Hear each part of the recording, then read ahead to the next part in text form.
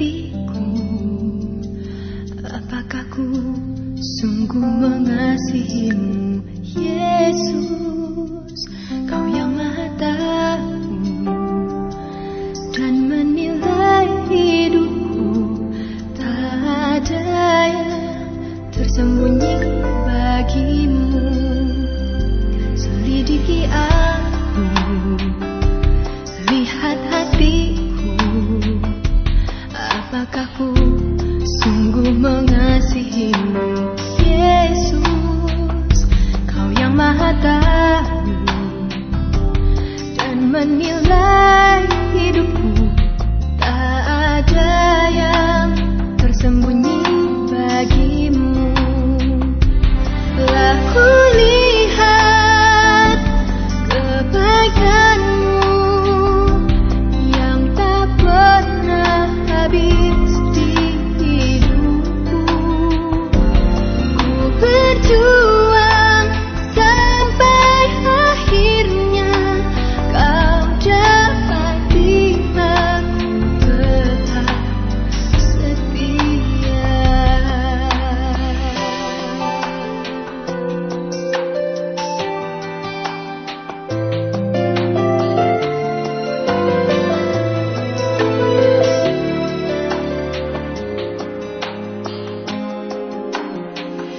Selidiki aku, lihat hatiku, apakah ku sungguh mengasihimu, Yesus? Kau yang Maha Tahu dan menilai hidupku, tak ada yang tersembunyi bagimu. Selamat malam Bapak Ibu, Saudara-saudara yang dikasihi oleh Tuhan Yesus Kristus. Salam sejahtera bagi kita semua.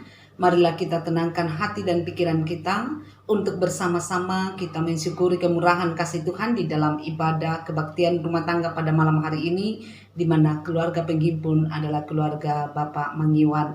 Dan untuk memulai ibadah, mari jemaat kita berdiri dan bersama-sama kita mengangkat pujian berhimpun semua menghadap Tuhan. Kidung Jemaat 15.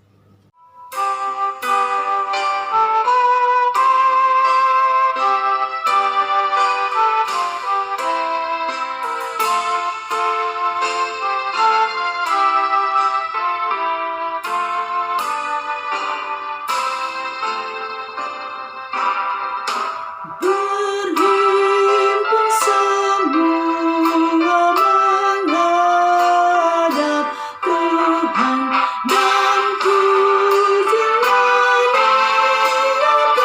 pemurah benar, berakhirlah segala pergumulan, diganti kedamaian yang besar. Hormati namanya serta kenangkan mujizat yang sudah dibuatnya. Hendaklah terus syukurmu kau nyatakan di jalan hidupmu seluruhnya.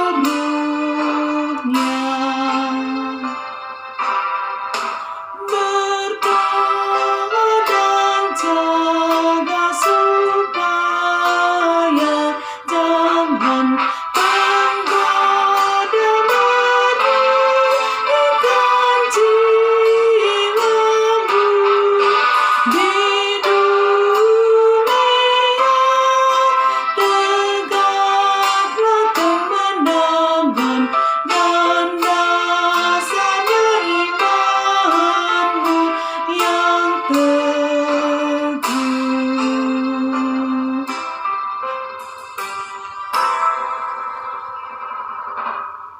Mari kita memulai ibadah kita. Ibadah yang kita laksanakan pada malam hari ini jadi di dalam nama Bapa dan Anak dan Roh Kudus, Kasih karunia Allah menyertai saudara-saudara sekalian. Amin. Silakan duduk kembali. Bapak Ibu saudara-saudara yang dikasihi oleh Tuhan Yesus Kristus, patutlah kita selalu bersyukur kepada Tuhan karena kasih setianya yang selalu dinyatakan di dalam hidup kita. Karena itu mari kita kembali menghayati kemurahan kasih Tuhan dengan mengangkat pujian kasih dari sorga.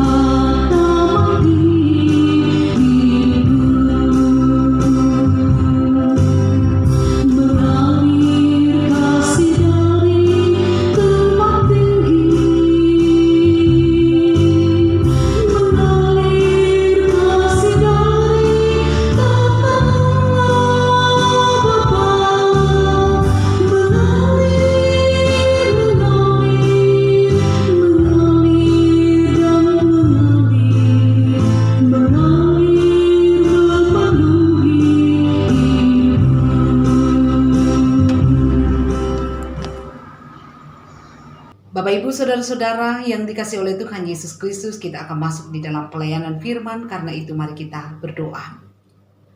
Kami memuliakan nama-Mu ya Tuhan pada malam hari ini, karena kemurahan kasih Tuhan yang terus berlaku dalam hidup kami, sehingga sampai saat ini kami tetap dimungkinkan untuk menikmati kesehatan yang baik dan keselamatan dari Tuhan.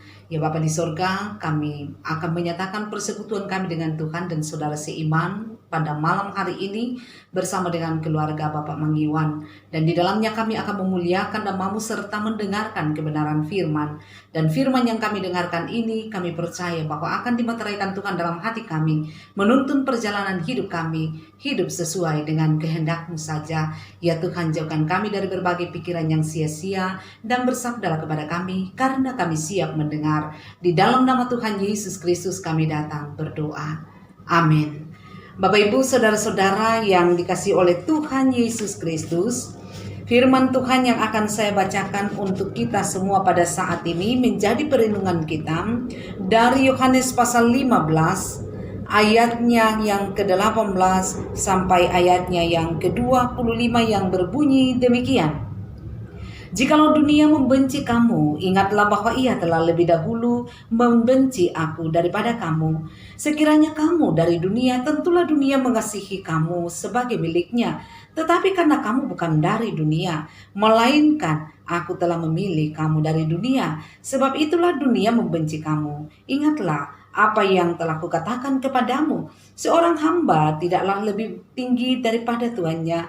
Jikalau mereka telah menganiaya aku, mereka juga akan menganiaya kamu. Jikalau mereka telah menuruti firmanku, mereka juga akan menuruti perkataanmu. Tetapi semuanya itu akan mereka lakukan terhadap kamu karena namaku, sebab mereka tidak mengenal Dia yang telah mengutus aku. Sekiranya aku tidak datang dan tidak berkata-kata kepada mereka, mereka tentu tidak berdosa.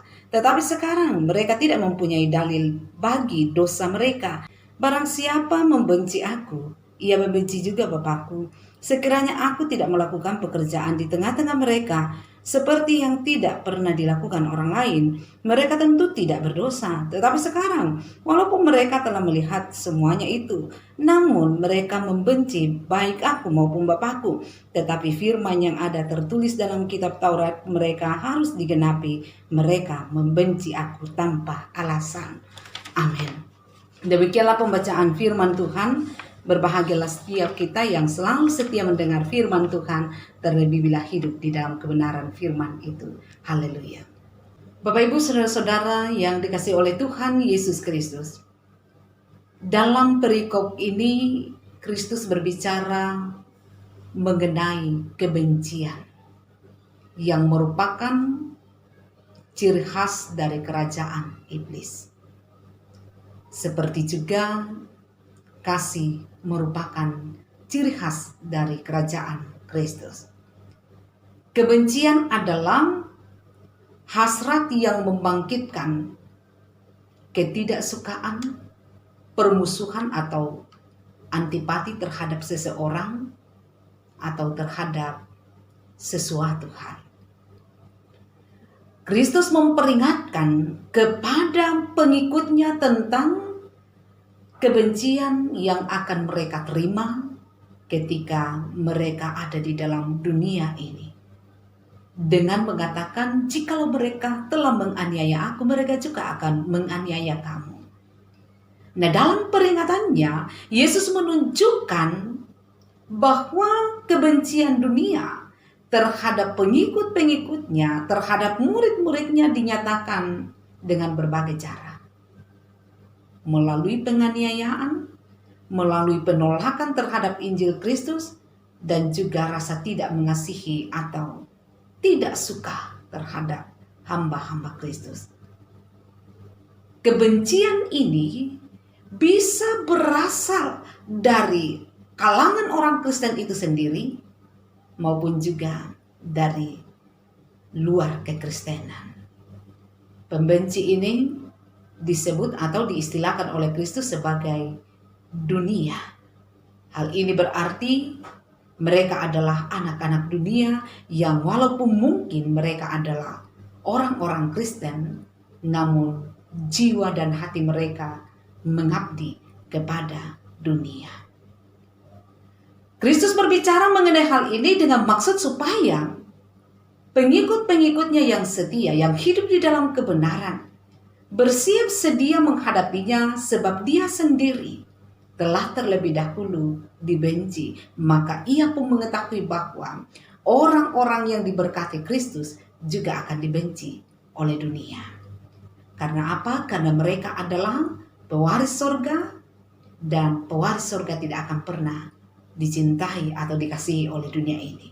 Coba saja Bapak Ibu, saudara-saudara kekasih Tuhan, kita telusuri contoh-contoh yang ada di dalam Alkitab.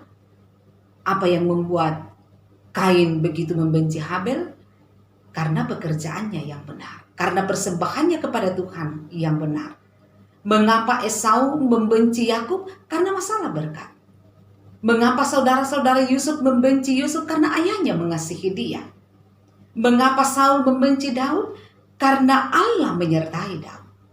Mengapa Ahab membenci Mika? Karena nubuatan Mika selaras dengan kebenaran firman Tuhan dan contoh yang lain. Demikian juga dengan Yesus Kristus.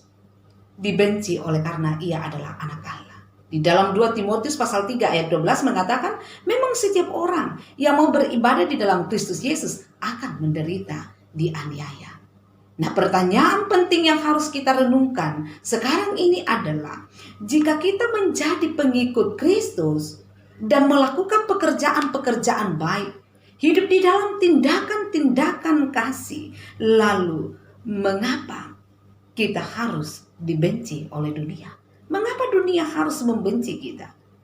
Dalam bacaan kita ditemukan alasan teologisnya yang menyebabkan kita sebagai pengikut Kristus dibenci oleh dunia. Di antaranya, yang pertama, karena kita bukan milik dunia, melainkan milik Kristus. Kristus sendiri yang mengatakan demikian. Yesus berkata, sekiranya kamu dari dunia, tentulah dunia mengasihi kamu sebagai miliknya. Tetapi karena kamu bukan dari dunia, melainkan aku telah memilih kamu dari dunia, sebab itulah dunia membenci kamu. Dalam ayat yang ke-19. Dunia membenci orang percaya karena orang yang percaya kepada Kristus telah dipilih dari dunia dan ia bukanlah milik dunia. Sebelum Kristus menebus kita dari segala dosa-dosa kita, kita adalah budak dosa yang hidup menurut kemauan, bahkan juga takluk kepada dunia dengan segala hawa nafsunya. Namun sekarang Kristus telah membebaskan kita dari ikatan dosa, membawa kita keluar dari kegelapan, memasukkan kita ke dalam terang, menjadikan kita anak-anaknya sebagai pewaris-pewaris kerajaan Allah. Maka dunia berbalik membenci kita. Namun juga perlu kita ingat bahwa kadang-kadang ada juga orang percaya yang dibenci karena ia sendiri tidak berhikmat dan tidak hidup dengan benar dalam hidup yang Tuhan karuniakan kepadanya. Kemudian yang kedua, karena mereka yang membenci sesungguhnya tidaklah mengenal Allah. Di dalam ayat 21, Yesus berkata, tetapi semuanya itu akan mereka lakukan terhadap kamu karena namaku, sebab mereka tidak mengenal Dia yang telah mengutus aku. Bukankah juga dikatakan barang siapa membenci aku, ia juga membenci Bapakku. Jadi mengapa dunia membenci pengikut Kristus dan yang hidup di dalam kebenaran Kristus? Karena kebutaan mereka di dalam melihat Allah yang sebenarnya.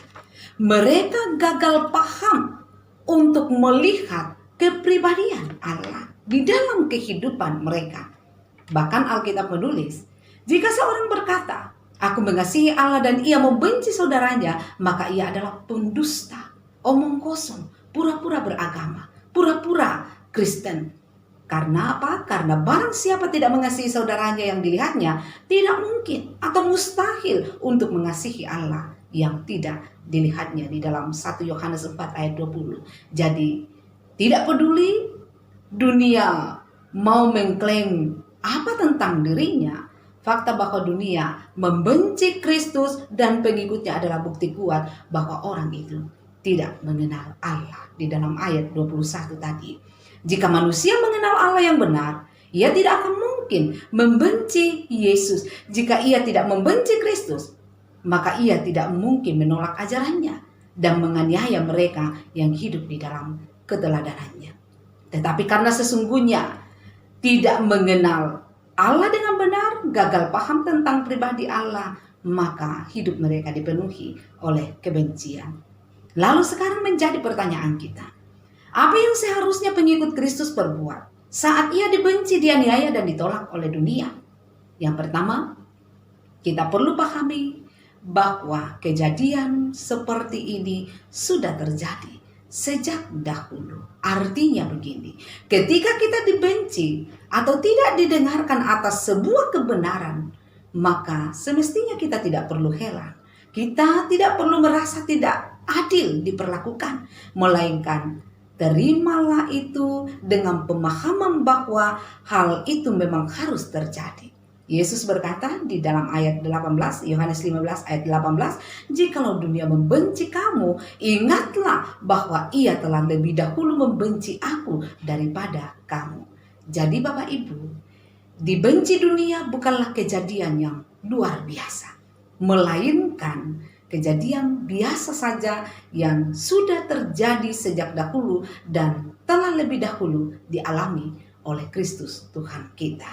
Berikut, pahami bahwa sebagai murid, kita pun harus menderita. Ketika saudara-saudara dan saya dibenci atau tidak didengarkan, jangan berpikir bahwa seharusnya saya tidak perlu diperlakukan seperti ini. Tetapi bahwa kita memang harus menderita karena kita bukanlah Tuhan, melainkan hamba. Seperti yang dikatakan oleh Yesus di dalam bacaan bahwa ingatlah apa yang telah kukatakan kepadamu. Seorang hamba tidak lebih tinggi dari tuannya. Jikalau mereka telah menganiaya aku, mereka juga akan menganiaya kamu. Saya dan saudara-saudara adalah hamba, bukan tuan. Kalau Yesus yang adalah Tuhan kita menderita karena dibenci, masakan kita sebagai hamba-hambanya merasa tidak wajar jika kita mengalami derita karena dibenci? Mari kita lihat itu sebagai salib yang harus kita pikul. Bukankah Yesus sudah mengingatkan bahwa untuk menjadi pengikutku, menjadi muridku, kamu harus memikul salib.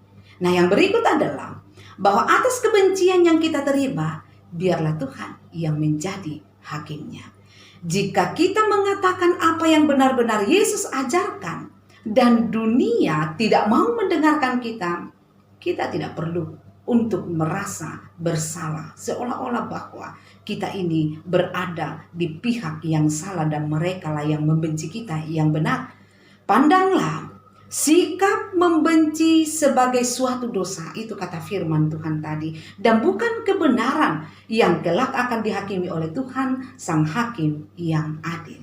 Yesus katakan, Sekiranya aku tidak datang dan tidak berkata-kata kepada mereka, mereka tentu tidak berdosa. Tetapi sekarang mereka tidak mempunyai dalih bagi dosa mereka. Barang siapa membenci aku, ia membenci juga Bapa. Jangan kita berpikir bahwa kita harus berhenti untuk melakukan kebenaran. Tetapi kita harus melakukannya.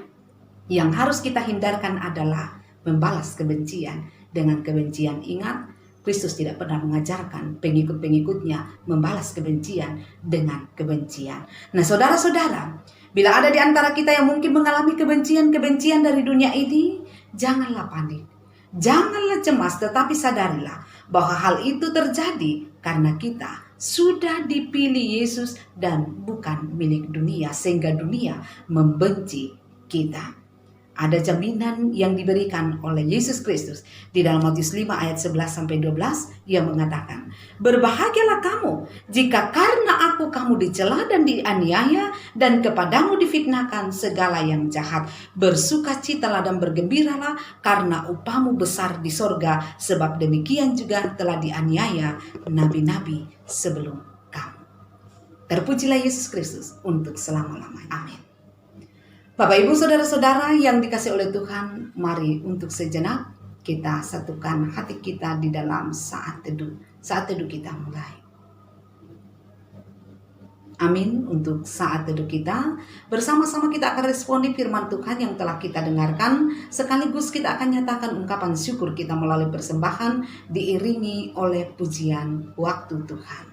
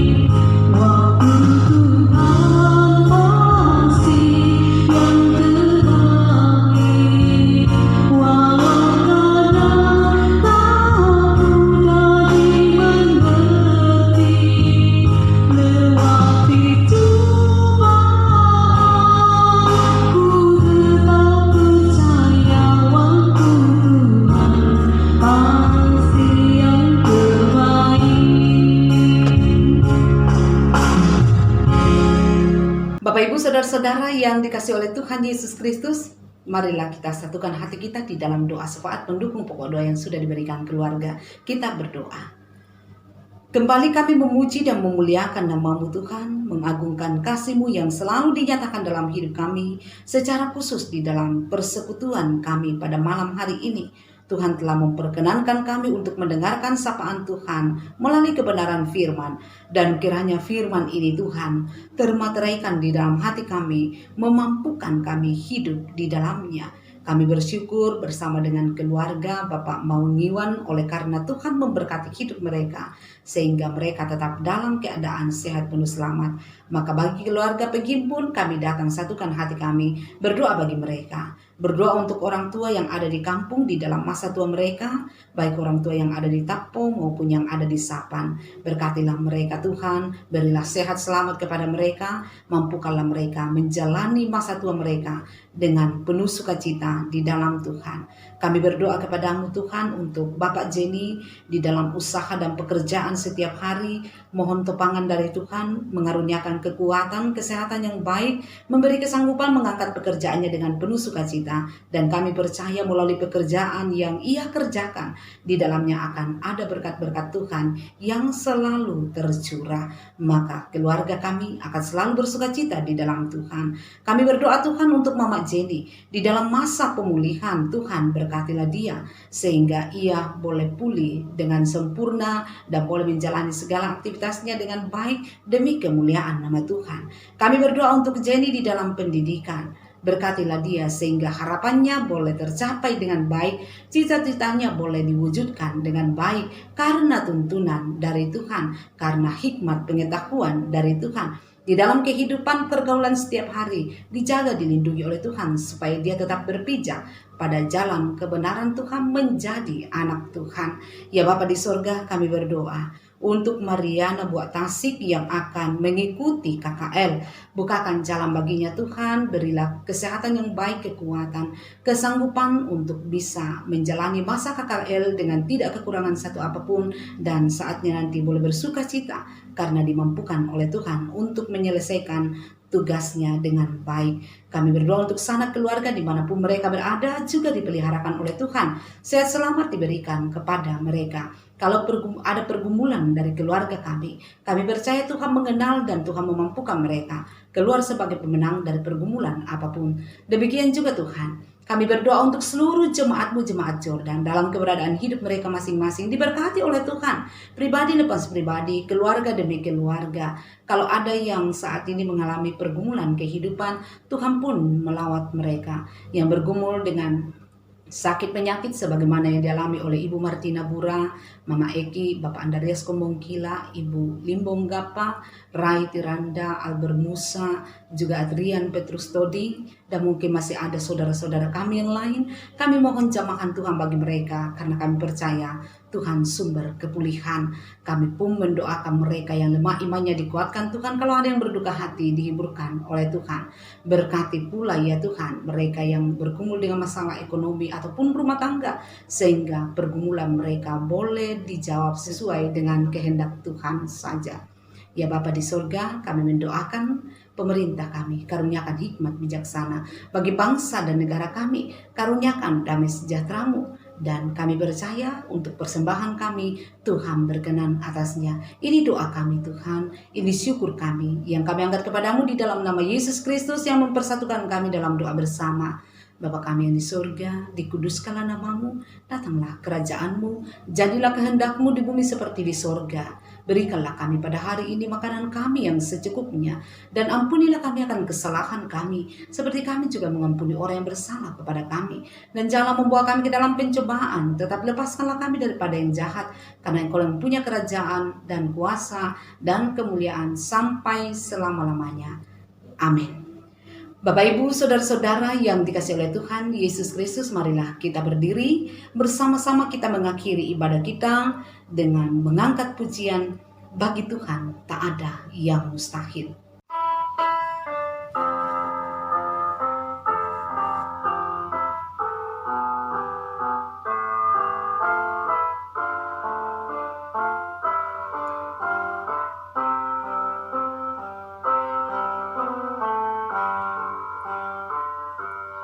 Ku yakin saat Kau berfirman, ku menang saat Kau bertindak.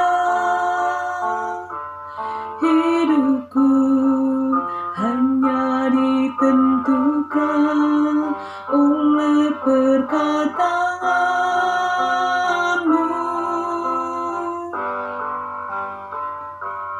Ku aman karena Kau menjaga. Ku kuat karena Kau menopang. Hidupku hanya ditentukan oleh kuasa-Mu.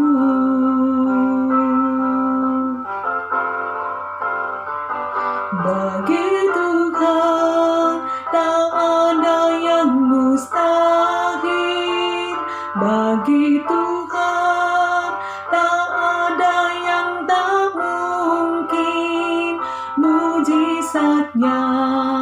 disediakan bagiku, ku diangkat dan dipulihkannya.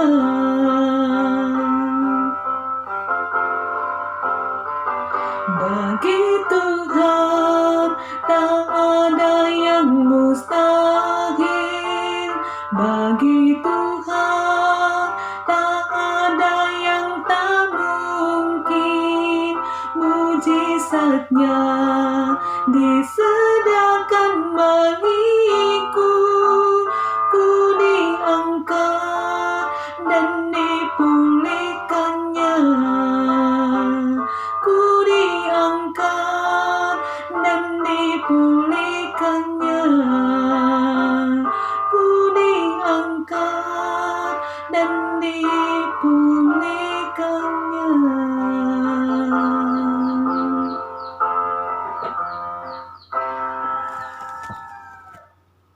Bapak Ibu Saudara-saudara kekasih Tuhan, marilah kita menjalani hidup kita dengan penuh sukacita, penuh semangat di dalam Kristus Yesus sesuai dengan amanatnya, dan tentunya juga kita akan selalu memuliakan nama Tuhan jadi berkat bagi sama, dan sebagai jaminannya kita terima berkat Tuhan. Anugerah Tuhan kita Yesus Kristus, pengasihan Allah, persekutuan di dalam Roh Kudus, memimpin, memelihara, menopang dan terus memberkati keluarga Bapak Mangiwan dan juga memberkati seluruh jemaat dari sekarang sampai selama-lamanya. Amin. Silakan duduk kembali. Demikianlah ibadah kita pada malam hari ini. Terima kasih kepada keluarga Bapak Mangiwan selaku keluarga penghimpun. Terima kasih kepada seluruh jemaat yang turut mengambil bagian di dalam persekutuan malam ini. Tuhan Yesus memberkati. Lihat